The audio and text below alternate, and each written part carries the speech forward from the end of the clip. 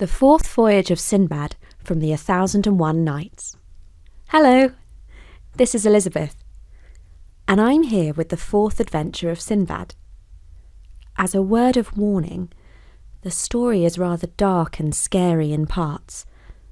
We have toned it down quite a bit from the original, but it's still not a tale for more sensitive listeners. It's the central story of the 7 voyages of Sinbad. It's the most profound, and the one that casts the most doubt on the good character of its hero, the wealthy merchant Sinbad. If you don't mind a plot that deals with death and an underground tomb, then listen on, because it is a fascinating tale. The following night there was again feasting and merriment inside the house of Sinbad the merchant. He spoke to his namesake the porter and said, "You see all around you that my house is bright and full of fun and laughter. When you have heard the story of my 4th voyage, you will know that in order to reach this happy state, I had to crawl through a grim place more dead than alive. Once again, I journeyed down to the port of Basra and boarded a merchant ship. We sailed through the straits of Hormuz and beyond. As before, we sailed from place to place, doing brisk and profitable business. Then one day, the wind blew against us, and the captain cast out his anchors and brought the ship to a standstill, fearing lest she should founder in mid-ocean. Then we all fell to prayer and humbling ourselves before the Most High. But as we did, we were hit by a furious squall, which tore the sails to rags and tatters. The anchor cable snapped, and the ship rolled this way and that, until we were cast into the sea, goods and all. The waves washed some of us ashore, almost dead with weariness and lack of sleep, cold, hungry, thirsty, and fearful. And so we walked about the island until we came to the gate of a fine house. A number of men came out. They did not speak our language, but they bowed and greeted us in a way that was welcoming and not at all threatening. We believed that we had been fortunate. They led us through gardens and courtyards and into a great hall where they presented us to their king. He too proved to be most courteous and friendly and signalled to us to sit down at the table. Servants brought plates full of delicious fruits and bread and placed them before us.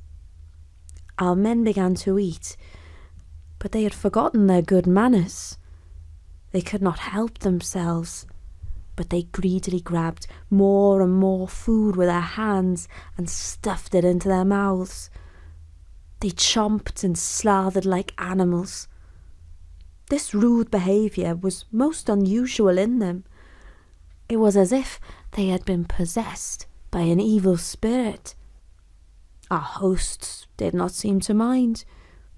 They brought coconut milk, and when the men had drunk this, they became still more greedy. Only after they had eaten enough to burst did they eventually cease to gobble the food. Now sated and drowsy, they allowed themselves to be led out to a pen, where they were kept like cattle. For the next few weeks, they wandered amongst the trees and rested at will, growing fatter and fatter. But I, who had no interest in this animal behaviour, wasted away with lack of food and fear. I had by now realised the true intention of our hosts. We had fallen into the hands of cannibals. The men were being fattened up to be eaten. But one day when the shepherds drove the men out into the fields to graze, an old shepherd saw that I was standing apart from them. I understood from the look in his eye that he would make no objection if I made my escape. In fact, he pointed me the way to go. I left and found a road which I followed for several days. I walked and lived on berries and herbs.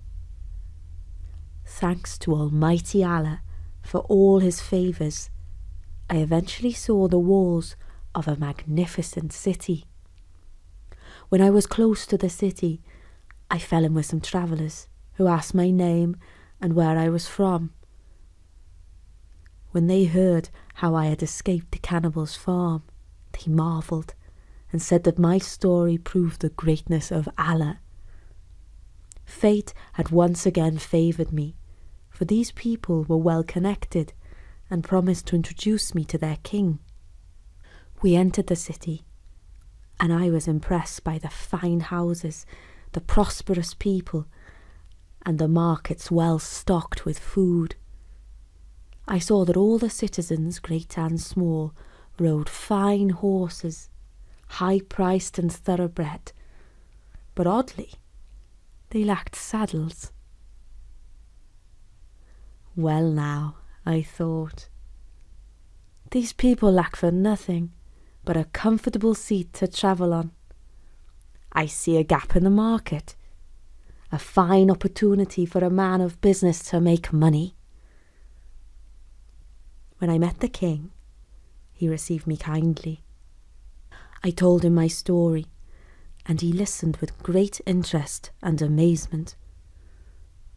When I'd finished, he asked me my station in life in the city of Baghdad. "Sire, I am a merchant," I said. "When I am at home, I have a quiet life and have a great many friends. But let me say, I have an idea to remain in your fine city and set up a business. I have noticed how your citizens ride horses but make no use of saddles." "Saddles?" asked the king. "What are they?" I described the leather seat and the equipment that we use to ride a horse in comfort, and His Majesty was most interested. Indeed, he asked if I could make one to show him. I answered that I would gladly do so. I sought out a clever carpenter to make the frame, and a tanner to produce a comfortable leather seat and fine reins, and a blacksmith to hammer out the stirrups and bit. Moreover, I made beautiful fringes of silk. I presented the work to the king and demonstrated how to make use of it to ride a horse. He was greatly impressed by the comfort of this arrangement, so much less bruising than riding bareback. He paid me a fine price for my equipment, and his officials and all the nobility in the land wished to imitate him.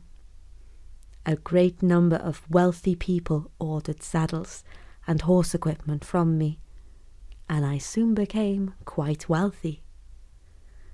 One day, the king called me to his office and said, "Your industry and business have improved the quality of life in our city.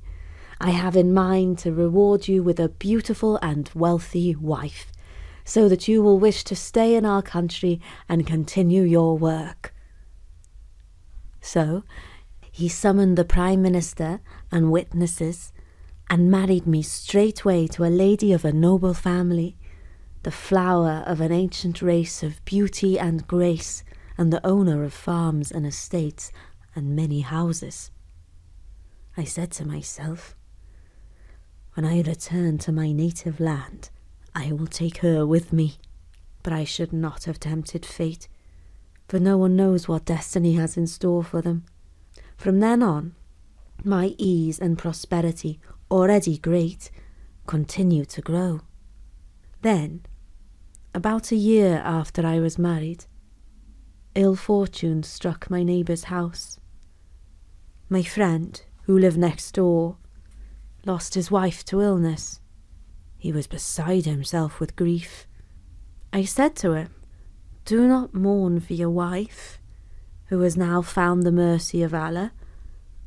The Lord will surely give you a better one in her place, and your life shall be happy, prosperous and long, God willing." But the man could not be comforted.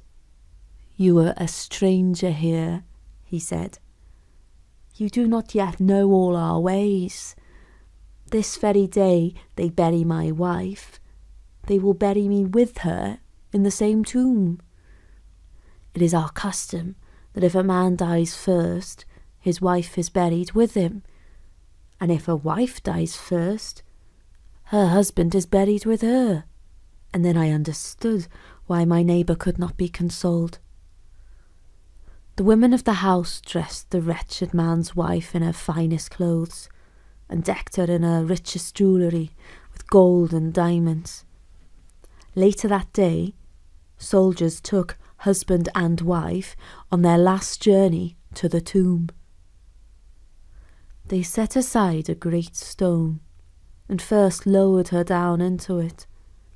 Then they placed a rope of palm fibres under the husband's armpits and let him down into the cavern. With him, a great pitcher of fresh water and 7 pieces of bread. I asked the people who were gathered around, "And if the wife of a foreigner like myself were to die among you, would you do the same to him as you have done to this man?" And they replied that assuredly they would do just the same to me, for it was the custom of the place.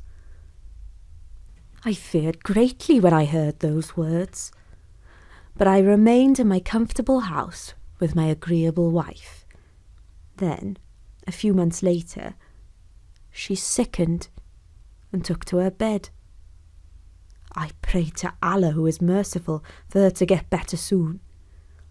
But her illness took a turn for the worse, and she passed away. As soon as the doctor let it be known that my wife was gone to the next world, soldiers came to fetch both her and me. I cried out, "Almighty Allah never made it lawful to bury the living with the dead." They took no notice of my protests, but tied me up by force and let me down into the cavern, with a large jug of water and 7 loaves of bread, according to their custom. At the bottom of the dark pit, I said to myself, "What curse was upon me to take a wife in this city? There is no majesty and there is no might save in Allah, the glorious, the great. As often as I escape from one calamity, I fall into a worse." I looked around at the grim tomb and its grimmer contents.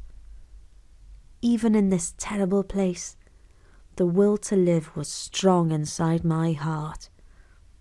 I resolved to eat and drink as little as possible to prolong my life, and so I lived in the darkness among the bodies, not knowing how many days and nights had passed. Groping in the dark, I found collars and necklaces of pearls and jewels and trinkets of gold and silver set with precious stones and other ornaments and valuables that were worn by the deceased. I gathered this fortune and piled it into my turban. But what use was this fortune to me here, below ground, in the tomb? But it was not my fate to die there, for eventually I heard a rustling and a scurrying. I realised that some animal, perhaps a fox or a dog, had found its way down into this grim place, and if it could get in, it must surely be able to get out. I followed its sound, crawling and wriggling on my belly like a worm. I made my way through a tunnel until eventually I saw a chink of light. This gave me strength to crawl faster. The hole was just big enough for a skinny man such as myself to get through. And then I found myself on the shore of the sea. I gulped in the fresh air and covered my eyes from the blazing sun. I gradually opened them, adjusting to the light. When I could see once again, I spotted a ship at sea. I took a piece of white stroud I had with me, and tying it to a stick, ran along the seashore, making signals therewith and calling to the people in the ship until they noticed me and, hearing my shouts, sent a boat to fetch me. The captain and the crew received me kindly and listened in awe of my return from the land of the dead. I travelled with them to Basra via the islands of Bel, Cala and Hind. When I reached home, I had once again added to my wealth, thanks to the rich ornaments of the dead that I had brought with me. I gave freely to beggars, widows and orphans, and still had plenty left over for a life of ease. Then I gave myself up to pleasure and enjoyment, returning to my old merry mode of life. And that was the fourth voyage of Sinbad the Sailor, in which we learnt a little bit more about our hero's character. For more stories from all over the world, do drop by soon at storynori.com. But for now, from me, Elizabeth, bye!